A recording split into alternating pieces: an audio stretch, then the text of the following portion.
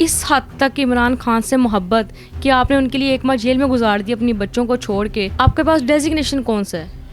मेरे पास शालामा टोन का ना डिप्टी जनरल का होता है मेरे पास। खान साहब बहुत अच्छे हमारे लीडर हैं। जब से मैंने होश संभाला है मैंने आज तक किसी लीडर में ये चीज़ नहीं देखी कि उन्होंने इया का नाबुद इया का नस्ताईन कि अल्लाह का जिक्र किया हो। कितना टाइम जेल में गुजारा है? मैंने 1 माह से ज़्यादा दिन गुजारे हैं वहाँ पे ना। तो आपको अरेस्ट कहाँ से किया गया? उन्होंने मुझे ना घर से अरेस्ट किया था। तकरीबन रात के 2:30 बजे का टाइम था। बिल्कुल भी माइंड में नहीं था, हम सोए हुए थे। ज़हनी टॉर्चर उन्होंने हमें बहुत ज़्यादा किया।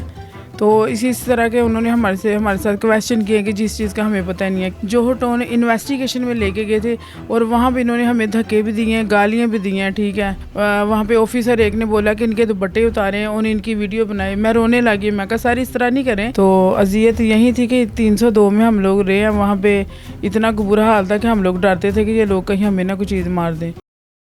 अस्सलाम वालेकुम नाजरीन, आप देख रहे हैं डेली धरती और डेली धरती के साथ मैं हूं आपकी होस्ट मेमोना गुल चौधरी।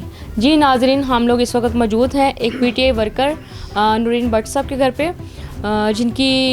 जिन्होंने इमरान खान के साथ एक इंतहाई हद तक मोहब्बत भी की, उनके लिए बहुत सा काम भी किया और उनके लिए 1 माह जेल भी जो है वो काट के ये बाहर रही हैं। तो पूछते हैं नूरीन भट्ट साहब से। अस्सलाम वालेकुम। जी वालेकुम सलाम।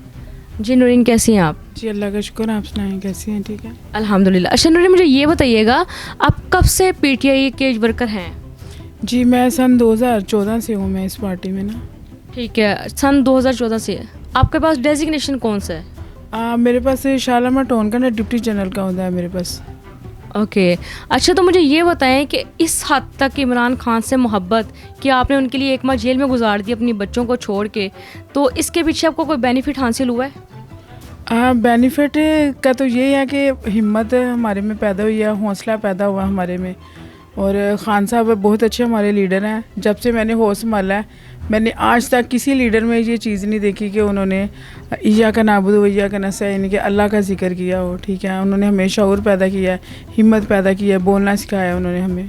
अच्छा नूरीन, बहुत सी ऐसी औरतें जिन्होंने हमें ये बताया कि जब वो जेल में रही हैं उनके साथ बहुत नार्वा सलूक किया गया, तो इसके मतलब आप क्या बताना पसंद करेंगी कि आपको कोई मेंटली तौर पे तशद्दुद किया गया आप पे? ज़हनी टॉर्चर उन्होंने हमें बहुत ज़्यादा किया है।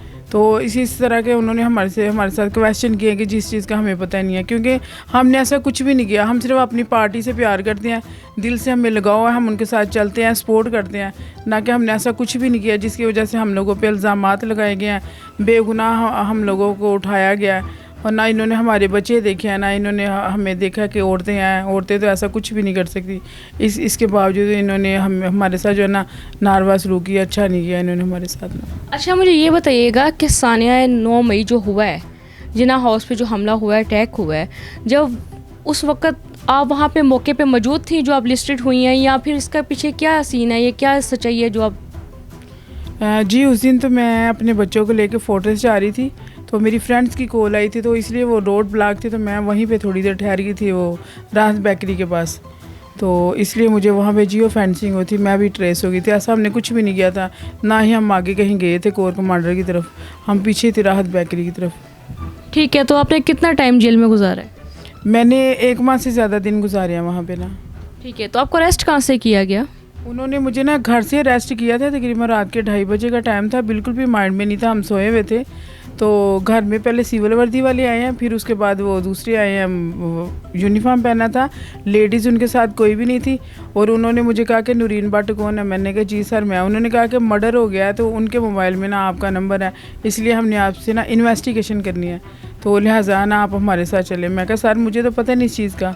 तो बहरहाल उन्होंने ना बदतमीज़ी की है, मोबाइल भी मेरा छीना है और बार बार कमरे में आ रहे थे। मैंने उन्हें कहा कि मेरी बेटियां आप अंदर नहीं आए, तो कहने लगे नहीं नहीं कौन सी बेटियां, हमें भी अंदर आने दें। फिर मैंने कहा सर मैं आपके साथ जाती हूँ, प्लीज़ काइंडली बदतमीज़ी नहीं करें। उनके साथ मैं गई, उन्होंने कहा मुझे अपनी बेटी को बाहर बुलाओ, वो दरवाज़ा बंद करें। मैं कहा सर चले वो कर लेती है। उन्होंने कहा नहीं हमारे सामने अपनी बेटी को बुलाओ कि वो दरवाज़ा बंद करें। फिर मेरी बेटी आई है दरवाज़ा बंद करने के लिए, तो फिर वो मैं उनके साथ गई हूँ मैं। अच्छा, जो लोग आपको अरेस्ट करने के लिए आए थे वो यूनिफॉर्म में थे? नहीं, सिविल वर्दी में आए थे और उनके पीछे यूनिफॉर्म में थे। 2 डाले थे जो लोग मुझे अरेस्ट करने के लिए, तकरीबन उनको 25-30 लोग थे जो करने के लिए आए थे। और मुझे सिर्फ इतना बताइएगा कि आप पे कोई फिजिकली तौर पे कोई तशद्दुद किया गया? नहीं, फिज़िकली तकरीबन इस तरीके का उन्होंने किया था कि जब मुझे अरेस्ट किया गया, मुझे जोहर टाउन इन्वेस्टिगेशन में लेके गए थे और वहाँ पे इन्होंने हमें धक्के भी दिए हैं, गालियाँ भी दी हैं, ठीक है। और ऊपर से जब रिमांड के दौरान हमें लेके गए तो वहाँ पे ऑफिसर एक ने बोला कि इनके दुपट्टे उतारें और इनकी वीडियो बनाए। मैं रोने लगी। मैं कहा सर इस तरह नहीं करें, जो आपके क्वेश्चन आप हमसे पूछे हम उनका जवाब देते हैं आपको।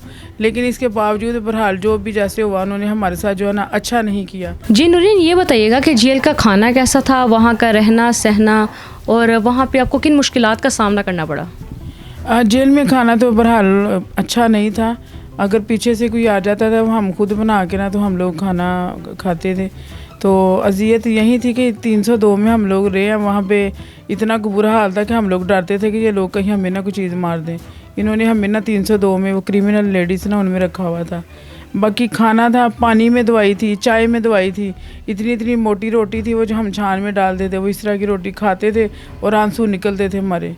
तो बाकी अल्लाह पाक से दुआ है कि अल्लाह पाक किसी को भी जेल ना दिखाए। इन्होंने बेगुनाह औरतों को डाला है और हमें इस मुश्किलात का सामना जो हमें करना पड़ा है। अच्छा नूरीन, ये बताइएगा अब आप किस पार्टी के साथ हैं? जी मैं फ़िलहाल तो पार्टी तो मैं उसी में थी। मैं अभी भी मैं पीटीआई में ही हूँ, लेकिन ऐसी मैं किसी एक्टिविटी में नहीं हूँ। इसलिए मैं एक्टिविटी में नहीं हूँ कि अब ये है कि हालात अल्लाह पाक बेहतर करे किस तरफ लेके जा रहे हैं। अभी तो समझ नहीं आ रही कि मैं किस की बात करूँ, किसकी ना करूँ मैं। अच्छा हाँ, आप हमारे आईजी साहब को क्या पैगाम देना पसंद करेंगे? आईजी साहब को मैं ये पैगाम देना चाहती हूँ कि अगर आपको हमारे में कोई जुर्म नज़र आ रहा है तो काइंडली आप किसी लेडीज़ को साथ भेजें।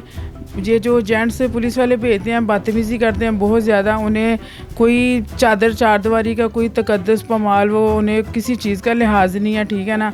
बस उनको ये है कि बस हमें आर्डर दे दिया, हम वो जो है ना भेड़ बकरियाँ वो जो है वो बस एक कर देते हैं। लिहाजा लेडीज़ साथ होनी चाहिए ताकि कम अज़ कम इस तरह के जो ज़्यादा मज़ीद को खदशात मुश्किलात हैं उनसे जो है ना वो बचा जा सके।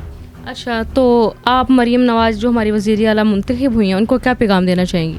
जी उनको मैं ये पैगाम देना चाहती हूँ कि फ़िलहाल तो मैं किसी पार्टी में से नहीं हूँ, लेकिन मुझे बहुत खुशी हुई है कि वो औरत है, लेडीज़ यानी कि हमारी वज़ीर आला बनी है, मुंतखब हुई हैं। तो उनसे यही है कि वो हमारी आवाम के लिए, हमारे लोगों के लिए, ख़ास तौर लेडीज़ के जो हक़ हकूक़ हैं उनके लिए वो काम करें, बाहर निकलें। इंशाल्लाह हम उनको अप्रिशिएट करेंगे। ठीक है, बहुत शुक्रिया नूरीन।